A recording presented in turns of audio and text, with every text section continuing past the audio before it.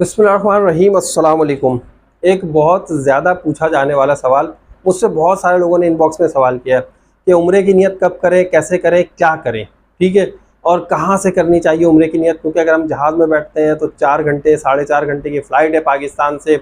अगर flight delay हो जाए तो ये मसला है, कनेक्टिंग फ़्लाइट में क्या करें और उम्रे की नियत कैसे करें, कहाँ से करें, सारी चीज़ें जो है ना आज मैं आप लोगों को वीडियो में बताऊँगा और डिटेल से बताऊँगा। वीडियो कोशिश करूँगा कि छोटी हो, लेकिन अगर फिर भी थोड़ी सी तवील हो जाए तो देख ज़रूर लीजिएगा, इंशाल्लाह आप लोगों की मालूमात में बहुत इजाफा होगा। तो आइए हम चलते हैं अपनी वीडियो की तरफ।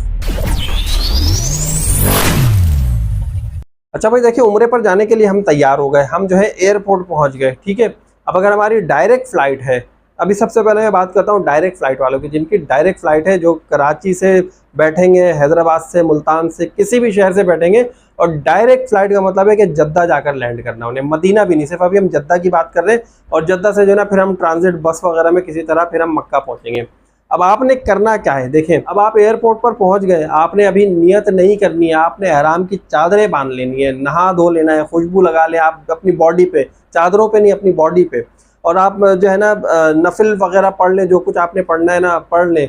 अभी आपने नियत नहीं करनी है। अच्छा, बहुत सारे दोस्तों ने सवाल किया है कि हम जब उम्रे पर जा रहे होते हैं तो हमारे जहन में बार बार ख्याल आता है कि उम्रे की नियत ये है, उम्रे की नियत ये है। तो भाई, नियत का ख्याल आना और नियत करना दो अलग अलग चीज़ें हैं।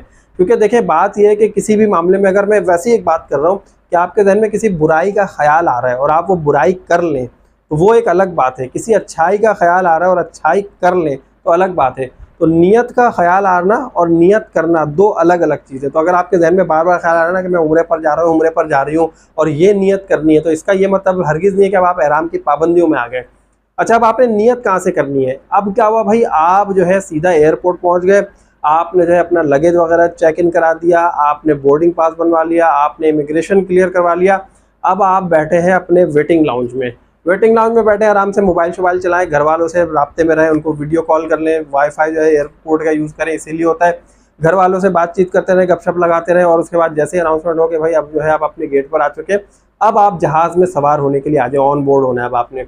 अब आप क्या करेंगे, जब आप वहाँ से उठेंगे, जहाज़ में जाकर सवार होंगे, आराम से अपनी सीट ढूंढे बैठ जाए सुकून से और आराम से बैठ जाए। अब आपका जहाज़ जब तक उड़ता नहीं है, जब तक आपने जो है दुरूद शरीफ पढ़ते रहना है, कुछ भी पढ़ते रहें, अपने घर वालों से बातचीत करते रहें। यही होता है, घर वालों से इंसान बातचीत करता है क्योंकि दिल जो है बहुत ज़्यादा घर वालों के साथ लगा होता है। तो आप लोग जो है घर वालों के मैसेज के जवाब भी देते रहें, दुरूद शरीफ भी पढ़ते रहें, और जब तक आपका जहाज़ टेक ऑफ नहीं होता ना, आप टाइम नोट कर लें। अब जब आपके जहाज़ ने चलना शुरू किया, टैक्सिंग शुरू की। टैक्सिंग क्या होती है मैं आपको बता दूं, एक टेक्निकल चीज़, कि जब जहाज़ अपनी ज़मीन पे चलता है ना, मतलब ज़मीन पे इधर उधर लेफ्ट राइट हो रहा होता है, यहाँ घूम रहा है वहाँ घूम रहा है, उसे टैक्सिंग कहते हैं। तो जहाज़ जब तक टैक्सिंग कर रहा है ना, करने दें उसे, कोई मसला नहीं। उसके बाद क्या होता है, जहाज़ जब अपने प्रॉपर रनवे पर आता है और अपनी फुल स्पीड में आके जब वो ज़मीन को छोड़ देता है और यहाँ से टेक ऑफ कर जाता है, अब फ़िज़ा में जहाज़ उड़ चुका है, और उड़ने के बाद जो है जहाज़ ऊपर चला गया 20-30 हज़ार फुट की बुलंदी पे। अब चलते चलते अब आपने देखा कि यार जहाज़ को जो है ऊपर आए हुए तकरीबन 5-10 मिनट हो गए। अब आप यहाँ से टाइम नोट करना शुरू कर दें।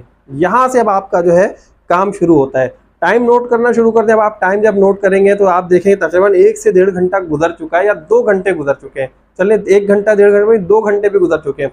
2 घंटे गुजर चुके हैं ना, 1 से 2 घंटे के बिटवीन अब आप क्या करें, अब आप यहाँ पर नियत करें।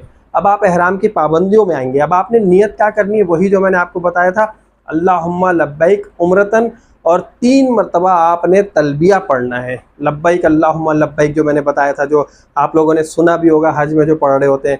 अच्छा ठीक है, अब होता है क्या है भाई, यहाँ से ये आपने तलबिया पढ़ लिया 3 मरतबा। जो मर्द हज़रात है तेज़ आवाज़ में पढ़ेंगे, जो ख़वातीन है वो बड़ी धीमी आवाज़ में पढ़ेंगी। नियत बराबर करनी सब ने। उसके बाद क्या हुआ, अब आप एहराम की पाबंदियों में आ गए। तो ये नियत जो आपने कर ली ना, ये आपने किसने की, डायरेक्ट फ़्लाइट वालों ने। अब आप एहराम की पाबंदियों में आ गए और यहाँ से आपने नियत कर ली। 1 घंटे या 1.5 घंटे के बाद या 2 घंटे के बाद नियत क्यों करनी है, मैं अब आपको, अभी तक तो मैंने आपको बताया था ना, अब शरई और टेक्निकल रीज़न की तरफ आता हूँ।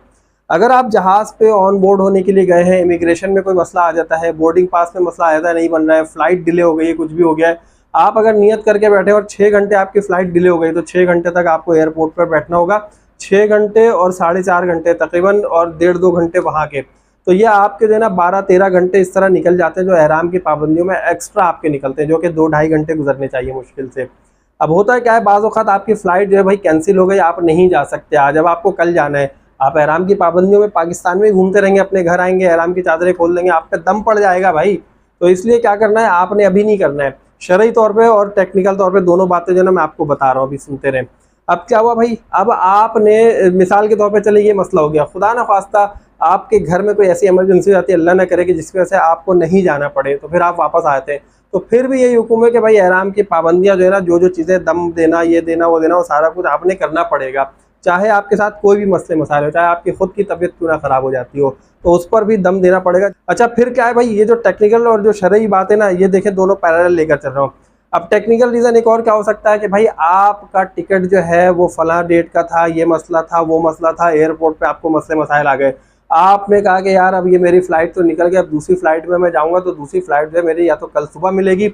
बहुत सारी एयरलाइन ऐसी जो एक दिन में एक ही परवाज़ होती है उनकी, और दूसरी परवाज़ उनकी दूसरे दिन होती है, या फिर उसके बाद ऑल्टरनेट डेज में होती है, यानी कि अगर कल आज उनकी परवाज़ गई है तो कल वापस आएगी, तो परसों उनकी परवाज़ होगी। बाज़ औक़ात ऐसा भी होता है, बहुत सारी एयरलाइन में ऐसा भी होता है, लेकिन मैक्सिमम जो है वो नेक्स्ट डे होता है, या उनकी जो है पैरेलल एक दिन में दो फ्लाइट्स भी होती हैं।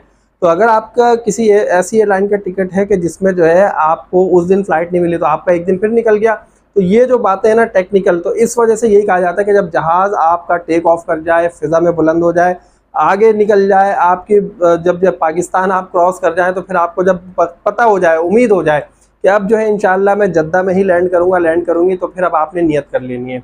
बहुत सारे लोगों का एक बड़ा कॉमन क्वेश्चन है कि क्या जहाज़ में अनाउंसमेंट नहीं होती है कि अब आप मीक़ात आ गया, नियत कर लें। तो भाई मीक़ात आने पर जहाज़ में हर ज़ुबान में अनाउंसमेंट होती है, हर लैंग्वेज में, जितनी लैंग्वेजेस पॉसिबल होती ना, उन तमाम लैंग्वेज में अनाउंसमेंट होती है, ताकि आप लोग जो है यहाँ से नियत कर लें। तो ये बात भी यहाँ है कि आप लोग उस वक्त भी नियत कर सकते हैं, लेकिन वहाँ पर एक खदशा ये होता है कि आप जहाज़ में बैठे 3-4-5 घंटे पहले आप एयरपोर्ट आ गए, उससे पहले सारे दिन के थके, रात की फ़्लाइट है तो आप रात भर के थके, आपकी आँख लग सकती है, मीक़ात गुजर गया तो फिर आपका दम आ जाएगा।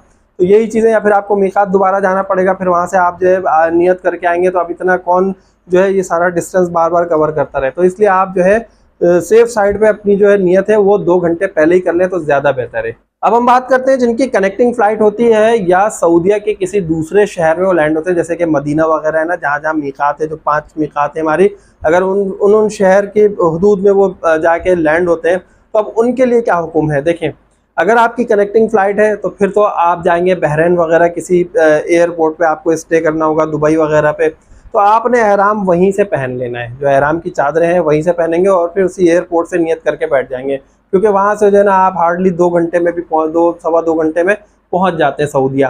तो इतना डिस्टेंस जो है ना वहाँ से होता है सवा 2 घंटे, कुछ ऐसे मतलब 3 घंटे, मतलब इसी तरह का कुछ है। अब मुख्तलिफ एयरपोर्ट से जो है ना मुख्तलिफ टाइम का डिस्टेंस है, लेकिन आपने क्या करना है कि अगर आप कनेक्टिंग फ़्लाइट से जा रहे हैं, तो आप जिस कनेक्टिंग एयरपोर्ट पर स्टे है आपका, तो वहाँ पर जैसे ही आप जहाज़ में ऑन बोर्ड हो और आपका जहाज़ जैसे ही टेक ऑफ हो जाए, ज़मीन को छोड़ दे, फ़िज़ा में बुलंद हो जाए, आपने वहाँ से नियत कर लेना है, बस ये समझ लीजिए। अब वो लोग जो सऊदीया के किसी दूसरे शहर में लैंड करते हैं, मदीना वाले, मदीने में अगर आप जा रहे हैं, तो मदीने में या किसी दूसरे शहर में आप जा रहे हैं, तो फिर वहाँ पर मस्जिद मीक़ात जहाँ जहाँ मौजूद है, मीक़ात के पॉइंट्स, वहाँ पर गाड़ी वाला खुद रोकता है, ताकि लोग यहाँ पर चले जाएँ, एहराम की चादरें पहन लें, नफिल अदा कर लें, नियत कर लें, और फिर जो है वापस आ जाएँ। तो मदीने अगर आप जा रहे हैं, तो मदीने में आपको परेशान होने की ज़रूरत नहीं है। मदीने में जो है आप एयरपोर्ट से जब निकलेंगे, आप आएंगे, आपको जो है मस्जिद मीक़ात में आपका ड्राइवर खुद ले जाएगा, वहाँ से आपसे कहेगा कि यहाँ से जो है ना आप नहा लें, धो लें, एहराम की चादरें बांध लें, नियत कर लें, और फिर हम जो है मक्का ले चलेंगे।